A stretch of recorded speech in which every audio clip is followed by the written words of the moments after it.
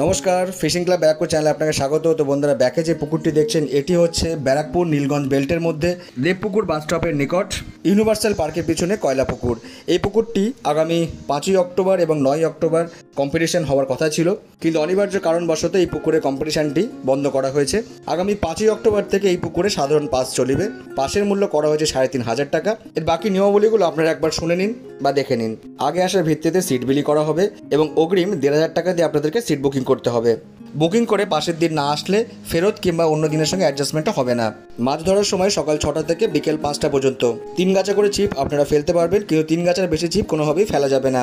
টোপ হিসেবে আপনারা ছাতু, খোল এবং পাউটির টোপ ব্যবহার করতে পারবেন, কিন্তু ভাষা, তল ভাষা, অ্যান্টানিয়াত টোপ, হাত ছিপ কিংবা কেমিক্যাল টোপ কোনোটাই কিন্তু আপনারা ফেলতে পারবেন না। নিজের সিট ছেড়ে অন্য সিটে গিয়ে মাছ ধরা যাবে না। পুকুরে মোট সিট সংখ্যা 60টি।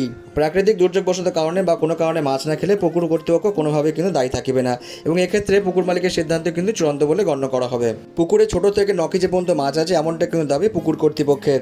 পুকুরে মাছ আছে কিনা ভালোভাবে জেনে বুঝে সিদ্ধান্ত নিয়ে তবে কিন্তু আপনারা সিট বুকিং করবেন। অনিবার্য কারণে পাশের দিন পরিবর্তন হতে পারে। পুকুর পাড়ে অশ্লীল আচরণ, অভদ্র ব্যবহার কিংবা গালাগালি করা কোনোভাবে কিন্তু বরদাস্ত করা হবে না। উপরোক্ত সমস্ত নিয়মগুলি মেনে যদি আপনারা ছিপ ফেলতে আসতে পারেন তবেই আসুন, না হলে নয়, এমনটাই কিন্তু বক্তব্য পুকুর কর্তৃপক্ষের। আর এই পুকুরের পরিচালনার দায়িত্বে যিনি আছেন হামিমদা, ওনার নাম্বার এই ভিডিওর সঙ্গে দেওয়া থাকবে। আপনারা ফোন করে এই পুকুর সম্পর্কে জানতে পারেন এবং কম্পিটিশন সম্পর্কেও খোঁজ খবর নিতে পারেন।